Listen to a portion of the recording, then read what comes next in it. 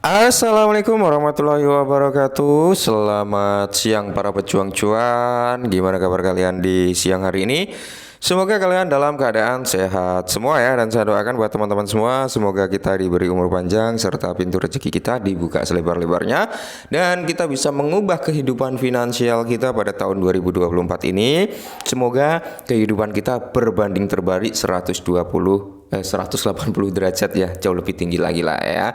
Yang sudah kaya ya lebih kaya, yang golongan di bawah, menengah ke bawah ya segera keangkat derajatnya gitu teman-teman ya. Pokoknya doa terbaik buat kalian semua.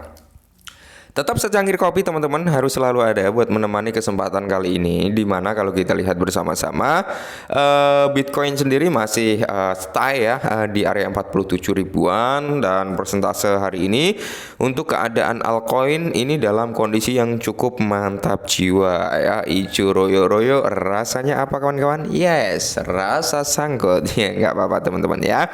Nah, kalau kita lihat bersama-sama teman-teman ya, di sini ada persentase yang cukup menarik nih ya, datang dari aset 10 besar, yaitu si Cardano teman-teman ya. Cardano itu mendapat julukan stablecoin daripada altcoin ya. Julukannya mantap jiwa ya, stablecoin. Kenapa dia mendapatkan julukan stablecoin? Ya karena memang naiknya nggak signifikan, turunnya yang nggak signifikan, ya harganya di range-range itu gitu ya, naik turunnya gitu. Makanya mendapat julukan stablecoin. Nah, akankah Cardano ini mendapatkan julukan stablecoin yang keluar dari jalur? Dalam artian stablecoin kan dipatok 1:1 dengan dolar ya kan. Akankah Cardano keluar dari jalur dengan mengalami pumping yang cukup signifikan dan keluar dari embel-embel stablecoin gitu teman-teman ya? Karena di sini memang ada sedikit hal yang cukup menarik untuk Cardano, dan langsung kita bahas lah ya. Nah, jadi si Cardano ini melonjak sekitar 678% dalam pesanan beli. Wow, ya. Ini dalam pesanan beli, berarti bukan dalam pesanan jual, teman-teman ya. Ya pastinya ya. Jadi ini menarik, teman-teman ya, hampir ke 700%-an dari pesanan buy. Nah, jadi Cardano mendapatkan kekuatan dan pembeli senang dengan hal itu seperti yang ditunjukkan oleh data pasar.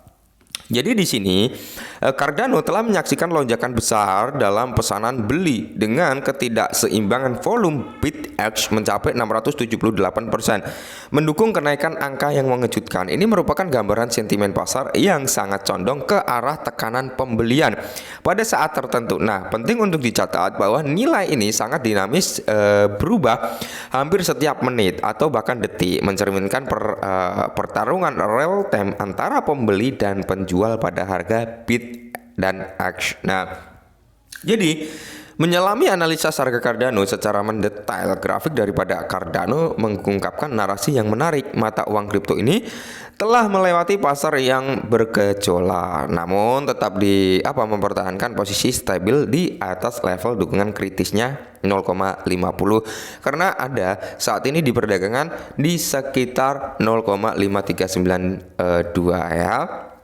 Nah, jadi kalau kita lihat bersama-sama, ketidakseimbangan dalam pesanan beli baru-baru ini mendapat mendorong Cardano menguji resisten 0,55.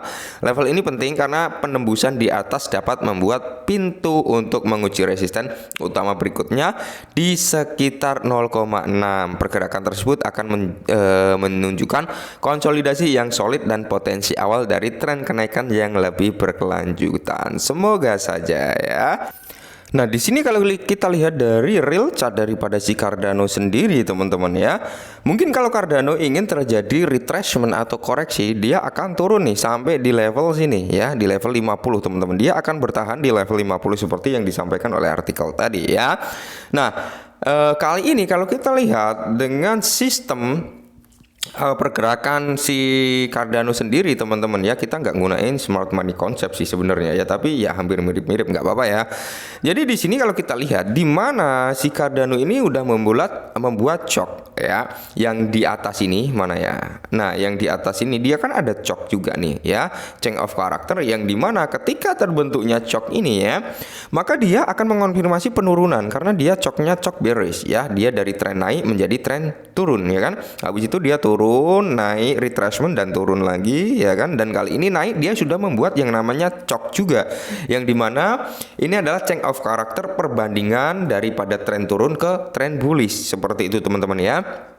Jadi kalau kita lihat di sini dia udah membuat yang namanya cok ya. Cok ini menandakan perubahan tren. Sebenarnya kan seperti itu, dari tren bearish menjadi tren bullish atau dari sebaliknya dari bullish menjadi bearish. Nah, kali ini kalau kita lihat si Cardano dalam 3 hari terakhir dia cukup signifikan dengan candle hijau yang tebel-tebel menandakan volume buy ini cukup tinggi ya. Nah, di sini teman-teman Cardano kan berada di level 54 ya kan, di level 54, yang dimana ketika dia mau ingin terjadi yang namanya koreksi maka dia bisa turun dulu nih sampai di level 502 ya, atau di kepala 50 ya. Nah, ketika dia ngenebus di area sini, di area 46, dia closing di sini, berarti cok ini nggak valid. Maka di sini adalah minor cok, yang dimana ini akan membawa persentase yang tadinya mau naik turun kembali gitu teman-teman. Akan tetapi di sini kayaknya masih strong buy ya. Jadi kemungkinan besar Cardano ini masih kuat untuk meneruskan kenaikannya gitu ya. Mungkin sampai di level sini lah ya, sampai di level kepala 60-an ya, 60, atau jauh lebih tinggi lagi di weekly high-nya bisa sampai di level 67-an atau 65 gitu teman-teman ya. Jadi ya sebenarnya kalau menurut saya pribadi si Cardano ini apakah bagus? Tentu saja ya kan, tentu saja.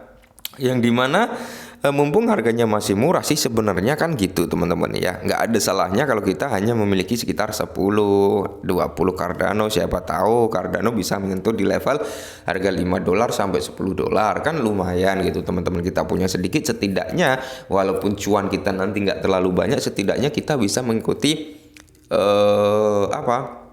mengikuti orang-orang yang taking profit dari Cardano gitu loh. Mantap ya.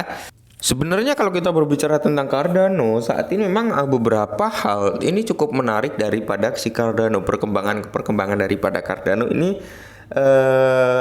cukup menarik teman-teman, dan saya kira si Cardano ini kalau menurut prospek pandangan saya ya, dia juga akan mendapatkan momentum bull run teman-teman ya. Entah nanti di halving ini dia udah mulai menunjukkan momentumnya, atau memang dia setelah halving akan menunjukkan momentumnya ya.